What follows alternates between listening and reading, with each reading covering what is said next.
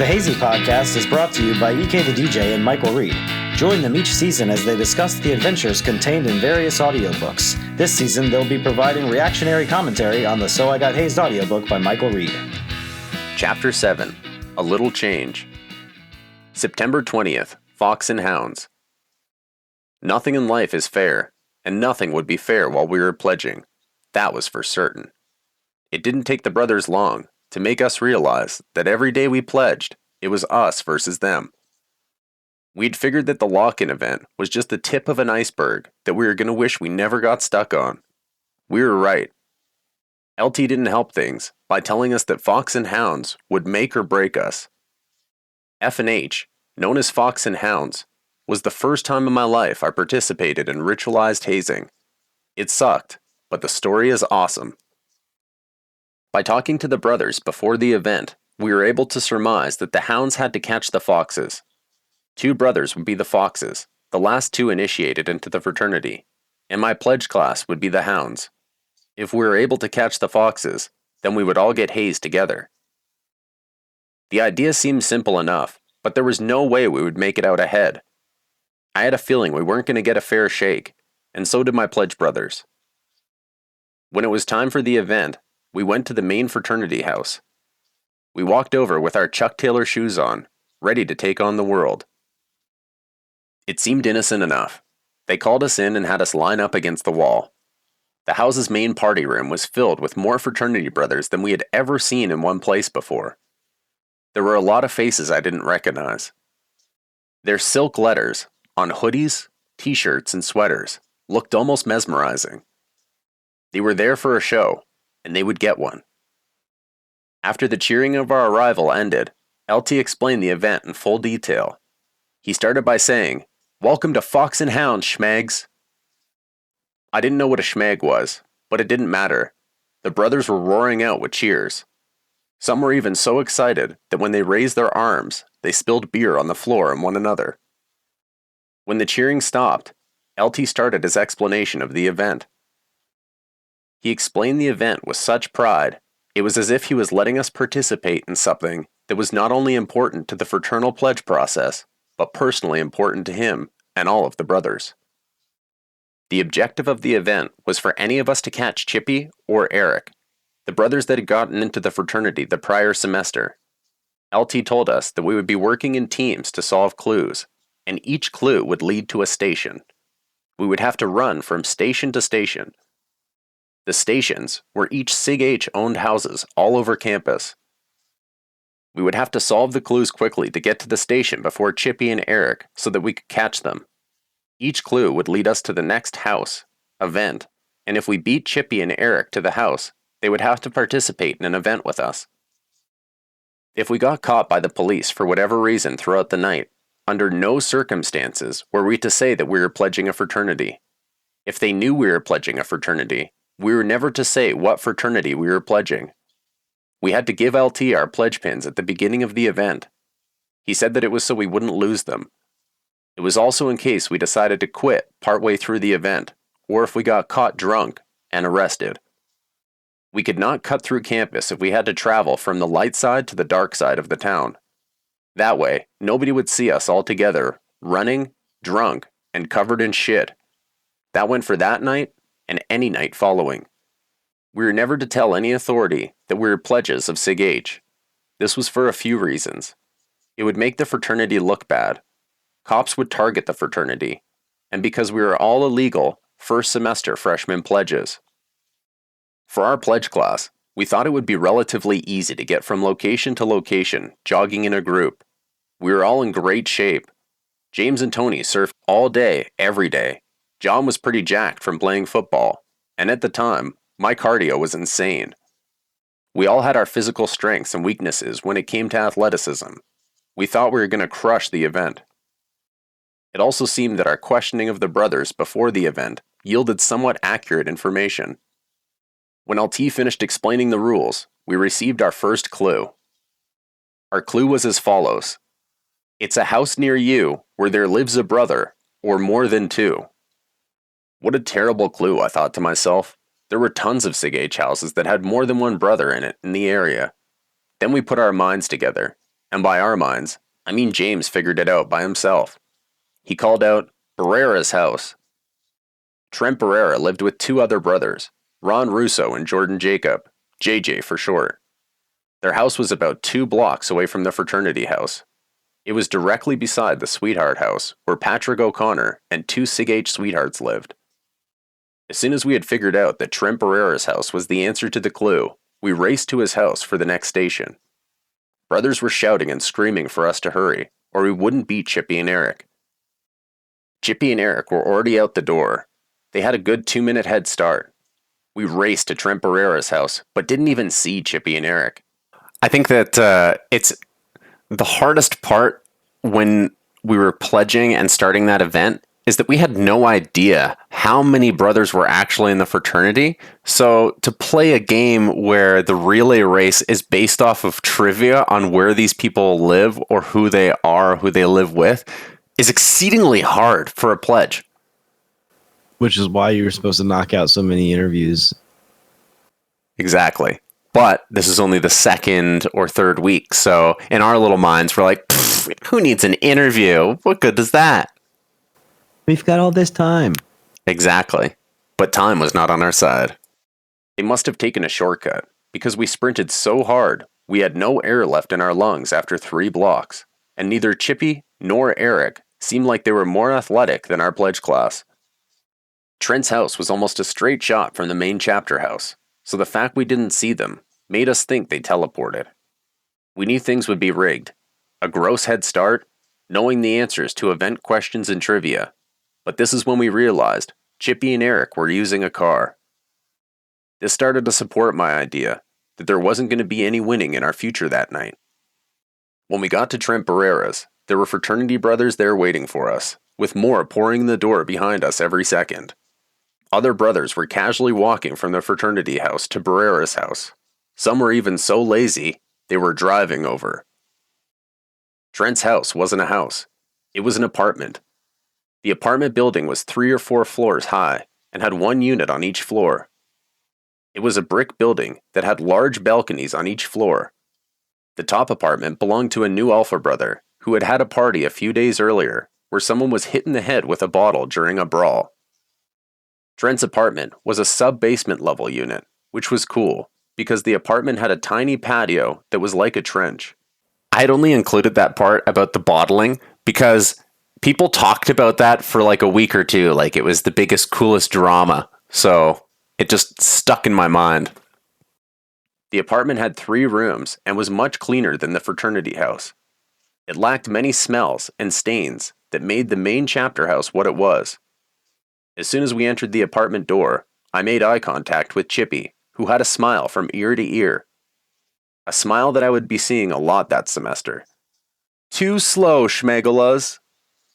They called us into the kitchen, which was probably 16 square feet and was made even tighter because of the giant blue Rubbermaid container that sat in the center of the kitchen.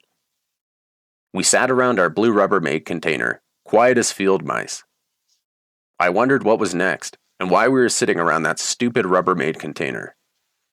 The brothers started chanting their song again, a chant we'd heard many times. Callum mimicked Chippy's evil smile for a second, and said, "Are you guys thirsty?" He kneeled down to open up the stove. A small blast of heat came out, and I turned my face away. When I turned back to see what was in the stove, there sat warm 40s for each of us to drink. They varied from cheap to dirt cheap beers. He grabbed the bottles, one at a time, and passed them to each of us pledges. "I hope you guys like warm piss, because this is the champagne of piss right here," Jordan chimed in. Okay, guys, we're all... The champagne of piss. Yeah, High Life? Yeah, it was High Life and Mad Dog, and I can't even remember all of the other disgusting ones, because people don't drink them unless they're broke. Yeah, the Mad Dogs were tortured. And then all of us are in probably a 16 square foot space with this Rubbermaid container as well. So we're almost on top of each other. About giving you chances. We're going to chant a song, and you guys are going to memorize it and chant it back to us. The chance at avoiding the warm bottle sitting in front of us seemed like a gift from the Greek gods, except we knew we were going to somehow get screwed. The fraternity began their chant, which sent chills down my neck and arms. They were so unified in their chants. Hi ho, sig H, eat a bag of shit. Cunt hair, douchebag, suck your mother's clit. We're the best fraternity and all the others suck. Sigma iota gamma eta rah rah fuck. The entire apartment shook from them yelling. When they were done, the hairs were sticking up on my arms. Holy shit, that was intense. It took a lot of redos to get that right without improperly saying the fraternity name. Yeah, I can only imagine. I was even watching you, and it was like you were lipping it with your eyes, and then when it came to that part, you're like, oh, look at that, he did it. That's exactly what I was thinking about, too. I was like, how is he going to translate this? Because there's the letter difference. Yeah, absolutely.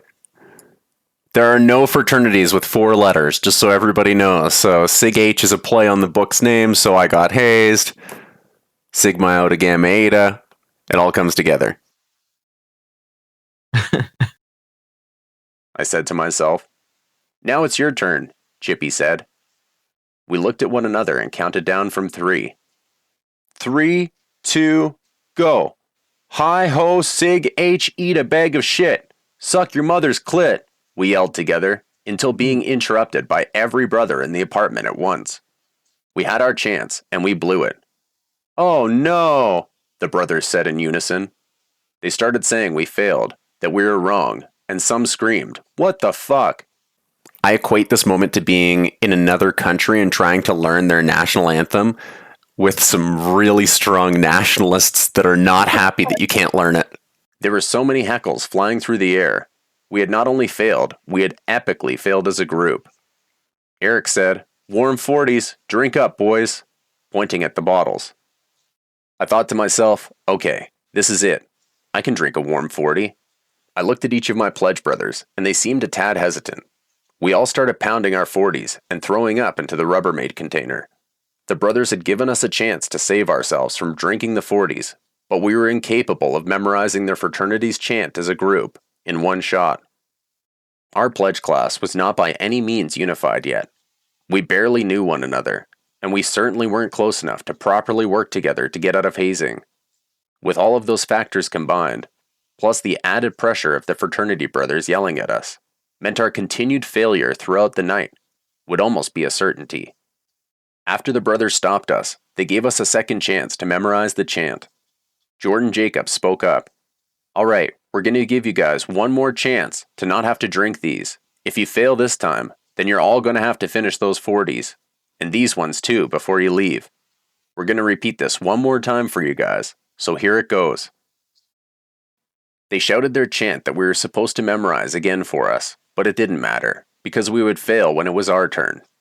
We drank more warm beer, and the process repeated. Any individual that's never been in a group hazing situation, there's this cool dynamic that actually happens naturally, and I'm sure you can attest to this, Eric. When half the group has to start drinking something disgusting and they can't finish it themselves, they just automatically pass it to the next guy. Right. Use your resources. Yeah, but it just happens naturally. It's not like you were yelling at us and saying, pass that 40 to the next guy. It was just like, this is as much as I can drink and throw up. This other guy's going to have to do the rest for me. Yeah, I definitely remember in situations without revealing things to come. There were definitely situations where the team dynamic was very important. Agreed. And it's very naturally forming when you're getting hazed. Which is probably why the U.S. military does it still to this day. You come together against a common enemy. Exactly. Kind of to sidebar for a second. Anybody that thinks that hazing isn't alive and well in some of maybe their favorite programs, I sat down and I watched The Bachelorette with my wife the other day while she was eating dinner. And one of the contestants was voted the biggest baby of the week. And the next week, he had to carry a little Cabbage Patch baby doll around with him everywhere that he went. And I said to my wife, that's hazing. She said, what do you mean? And I said, do you think he wants to carry that baby around?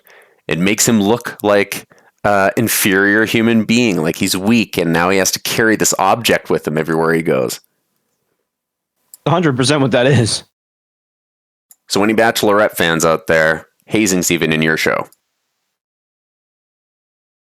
Each time, we were slowly learning more of the chant. On the last of the tries, we all looked at each other and counted down. 1, 2, 3.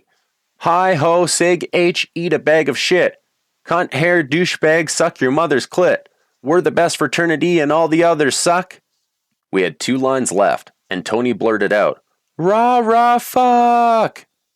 We drank more warm beer, puking into the blue bucket. When we'd finish a bottle, they'd pass us a fresh one from the oven.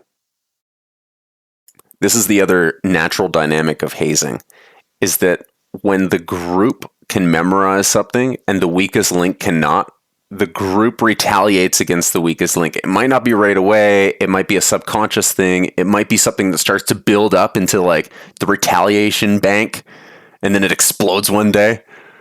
It's like with the lock party from Full Metal Jacket. Exactly. Were they locks or soap? I thought it was soap in a sock. It was soap, I think. Yes. They told us that we were lucky that they were disorganized. They would have gotten more 40s for us to drink, and they would have been hotter. One of the brothers broke into a story about how he was pledging. He had to drink 3 40s by himself, and so did each of his pledge brothers. Not to mention, but he mentioned it anyways, that they were warmed up in the oven all day, not just a few hours. There was always that one brother that had to be like, back when I pledged, we had to walk uphill naked backwards and blindfolded while drinking beer that had been sitting for 5 days inside a pig's stomach. Common occurrence. He said it was like drinking burning hot fire, and he had an agonizing feeling afterward from the bad booze. Every time I tried to drink the hot beer, I thought to myself, don't puke it up, Mike. If you puke it up, they're all going to think you're a pussy. Look at the way they are reacting to Knowles, fake puking it up right there. He's basically letting it dribble out of his mouth. I hadn't puked a whole lot in public before, or in front of strangers, so I was holding it back the best I could. We were all trying to hold back from puking, but it was hard when we were pounding warm beers. I never had a problem with pulling the trigger to save myself, but this was terrible. I saw John Knowles fake throwing up and just spitting his beer back into the bucket. This was something he would do in the future, every fucking time we got hazed. The lucky motherfucker. Some of the brothers thought that was just how he threw up. Tony was sipping on his 40 like it was a baby's bottle, and James was devouring his bottle. The brothers said that because Tony wasn't drinking his fast enough, I had to drink it, so he passed it to me. I had to do a quick cold sore analysis of Tony's lips before I was willing to drink the bottle. In the few seconds of me thinking, Chippy said, "Stop pausing, you fucking pussy. It's not like he has AIDS." I pounded the bottle and spewed my stomach's contents into the bucket. I was like the only one that was prepared to catch a disease off this shit and was like, how can I mitigate my risk here? And on top of which, it's kind of a stinker that I'm having to drink the warm beer that Tony can't finish because Tony couldn't finish the last 2 lines of what we had to memorize. So it goes back to, now I'm starting to not like you a lot, man. It's working. It is working. You turn your enemies against themselves so that they're not angry at you and vindictive against you. It's like hazing art of war. Psychological warfare. Not just baby pukes like previously. This was full blown. The brothers cheered like they hadn't cheered before. They found my puking absolutely awesome. They screamed, "He popped!" Popping was later explained to me as the big puke, where you puke everything you have in your stomach up. This is the biggest of all in someone's series of pukes. Something that nobody had phrases for. They had. I think that this night broke me for the next 20 plus years because even to this day now, when I puke, my neighbors 10 doors down can probably hear it. When I got home from school, when I came home, I started working for my parents' job. And there were times like Monday morning after a night of Sunday drinking where my mom would send, like, I would go to the bathroom Monday morning and come out of the bathroom, and my mom would just be looking at me like, I can't listen to that all day. You have to go home. Yeah, we became very loud performance pukers. Oh my gosh, yeah. Yes, projectile performance. Exactly. And anybody that doesn't know what we're talking about, maybe I'll like keep some rotten milk in my fridge for like a day or two just so that you can hear it. But like we are outstanding performance pukers, Hollywood. I think it comes with like learning how to not fight it. Yes. When you don't fight the puke anymore, you just let, like, you feel it and you're just like, all right, here it's coming. It just flows out of you. It's like you have one of those long balloons in your stomach, like the clowns at birthday parties have, and then somebody just pops it and it all just comes out at the same time. Absolutely. They had phrases for everything. Normally, puking wouldn't be group entertainment either. Something that normal people would not find entertaining, the brothers loved. They were laughing and cheering. I wasn't about to drink any more of Tony's bottle, so I passed it along to John. We kept passing the bottles around as the brothers kept adding more into our circle. I didn't put this in there, but I remember the first time I passed it to John, he literally looked at me with this pissed off look on his face and immediately passed it to James. He didn't even drink it. He was like, fuck you, I'm not drinking this. And then to myself, I'm thinking, it's Tony's anyways. I'm trying to help out. At this moment as well, this is the turning point in my life where puking became some sort of disgusting, vile act to, this is actually kind of funny to watch somebody else puke in these situations. You learn to tolerate it. And it's not like a sadistic, I'm so happy this person's in pain thing. It's just you start to understand what puking really is. And you're like, oh, you'll feel so much better. And that was great to watch.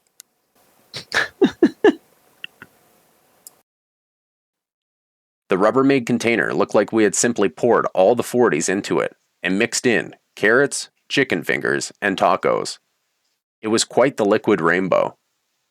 It was disgusting, and it was only the first station of the event. The phrase misery enjoys company could not be more spot on than it was in this situation. It was like we had our own little world around that Rubbermaid bucket. We were talking to one another about how much drinking the beers sucked, and Tony was saying he wanted to quit. I told him that it was just puking. It would be okay. We kept drinking until there was nothing left in the bottles and nothing left in my stomach. We all got a big reality check of what pledging would be like. What we had just experienced was ritualized group puking. Which I'm almost thankful for because in my entire life I've never accidentally devoured poison and not been able to throw it up. I had never puked with a group of people on purpose before.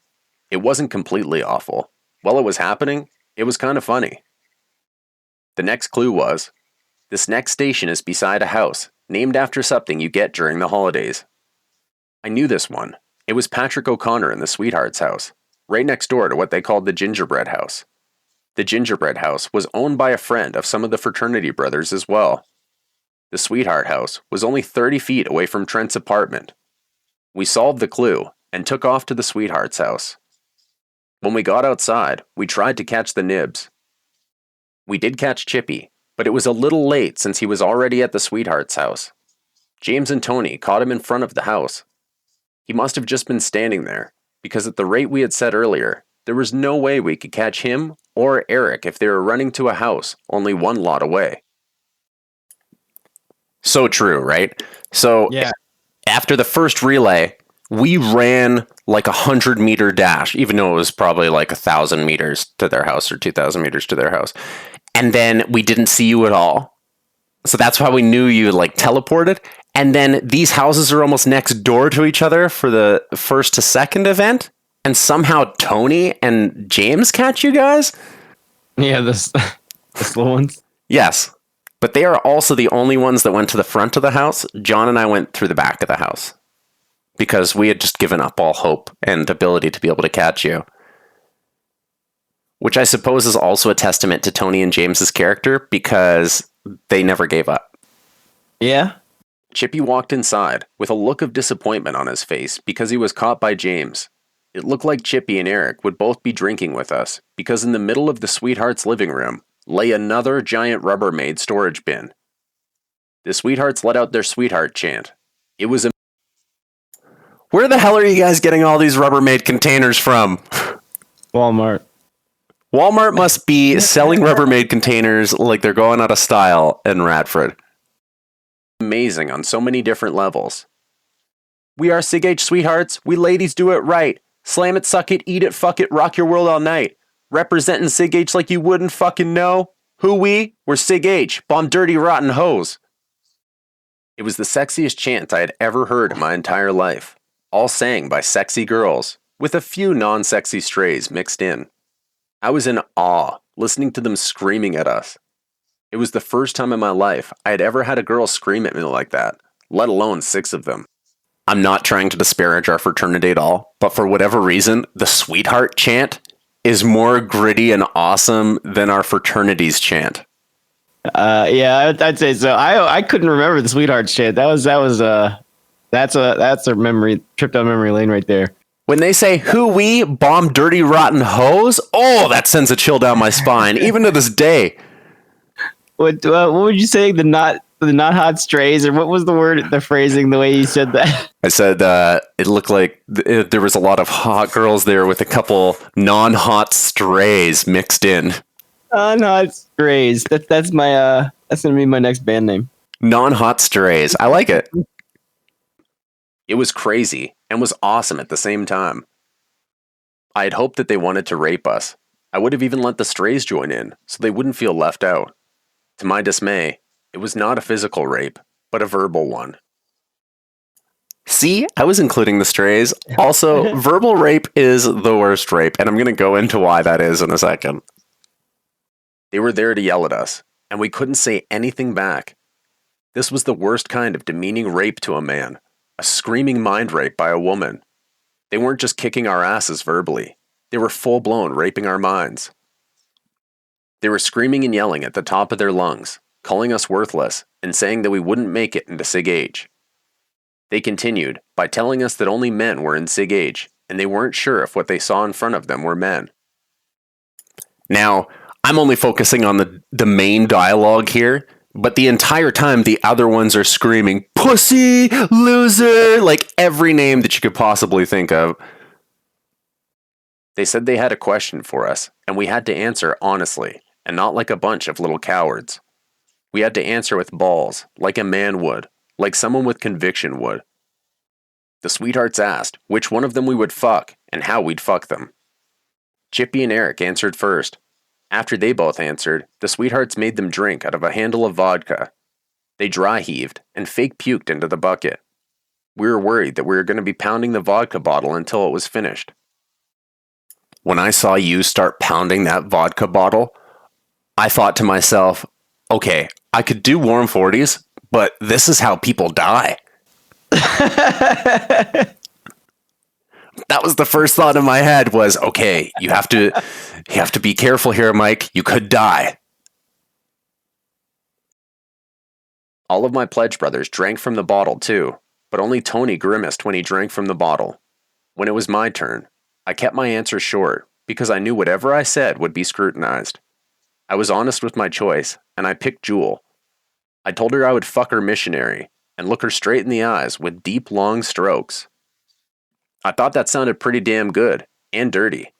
Maybe enough to even get her a little wet. I was wrong. As if telling a beautiful girl you'd just met how you'd fuck them in front of a group of people wasn't embarrassing enough, she made it worse.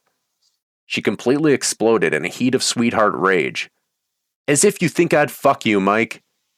Oh, that wasn't bad, I thought, until she continued. I don't have sex with tall, skinny fucks that look like Shaggy. How? She straight up called me Shaggy. That's great. In a group full of people, like the girls are yelling at us, but the house is full of fraternity brothers too. Like the fraternity brothers are being somewhat quiet, but they're all laughing. Even you're laughing. You and Chippy are laughing at us, and we just watched you to what I believe is drink vodka. Fuck you, I thought, but didn't have the balls to say. Everyone in the room laughed at her Scooby-Doo reference, but she didn't stop there. I only fuck men, Mike, and you have a long way to go. She was right. Who wants to fuck a boy? But I had fucked women before Jewel, and I would fuck many more after her comments, so I wasn't letting it get through. What was getting to me the most was not being able to say anything back to the sweethearts that were yelling at me. After a few minutes of her non-stop yelling at me, I did want to fuck her, because I figured it was the only way to make her shut the fuck up. Now you have an interesting story about this. Tell me your story. So, at my event in the previous year or the previous semester, I believe topsoil is the Yes, topsoil coil. We're gonna get there. But she was my choice, and that relentless, blood curdling screaming in your face. When I was asked which one I would fuck and how, I was cocky, and I'll take you all on. Like let's have a good time. Like, and thought I was cool, and it was you fucking bitch, you cop out, that's not an answer, and topsoil got right in my face and it's like you fucking pussy, screaming in my ears, and I snapped. I was like, you, I'd fuck you. And she's like, oh, how the fuck would you fuck me? And I was like, I'd fuck your face and shut you the fuck up. And, the room goes silent, and it's like a record, the scratch, and then a roar of laughter. I get handed the bottle, and it's like, drink up. And then before I get the bottle, it gets snatched out of my hands and dumped out of my head. And then she goes running out of the room, not very happy. As the event was concluding, the brothers all pulled me aside and were like, look, that was the funniest shit ever, but don't ever disrespect your sweethearts again. So it was almost like they gave you the left-handed okay. Yeah, like listen, that was hilarious, but also, just so you know, bad form. Now, after that, did you talk to Topsoil Coil and apologize, or did you just not talk to her? I think that moment was it for me. Like, there was never any. Her and I never got close. We never became friends. I think that was it. And she poured the rest of the vodka bottle on your head? Yeah. So I never found out that it wasn't vodka. Okay, perfect. And we're actually just about to find that out right now, or at least I am. So since we're divulging that before hitting play here, Tony did already. I did. Tony. But Tony's grimaced. Tony grimaced. He made the sour face, like, oh, Mike, this one's gonna hurt. The best actor of us all. He even fooled himself. What a bitch. I couldn't believe her. That was all I could remember thinking. She was still yelling. I had to block it out, not just to stand up and walk out. Out of all of our sweethearts, Jewel was the strongest yeller. Even thinking about it now, like, her voice could cut through your mental shields. But to this day, I think she's the only one that can still drill in there. I don't think Topsoil yelled at you guys. I don't even think she was there. And if she was, she didn't say a word. I think she learned a lesson. She was probably just staring at you like, let's not repeat what happened last year. I had never experienced anything like this in my life, and I was wondering if it was worth it. I was the last one to get the bottle. I was sitting beside Eric, who had drunk the vodka first. When I got the bottle, I couldn't wait to pound it back, unlike my pledge brothers had. When I pounded it back, to my surprise, it wasn't vodka at all. It was water. They had fooled us. The sweethearts, the brothers, and even Tony had fooled me when he drank it. Fucking Tony! After they had finished their screaming, they broke it down for us in a non-yelling, soft-spoken manner. If we wanted to make it into the fraternity, we were going to need to lean on all the sweethearts at some point. Without them, we were going to have a tough time making it. They were going to be there for us, for Hell Week, other events, and to talk to when pledging became too overwhelming, which they said it would. On top of them offering their assistance for the events, and as pledged grief counselors, they told us each of us would have a sweetheart by the end of the pledge process if we held in there. Kyle interrupted and yelled, "And if you don't get blackballed first." Fucking Kyle! The sweetheart shot him a glare, and his chuckling interruption quickly turned to a quiet, sober-looking face. He was still grinning that he was watching us pledges suffer. We figured the event was over. We had caught the foxes.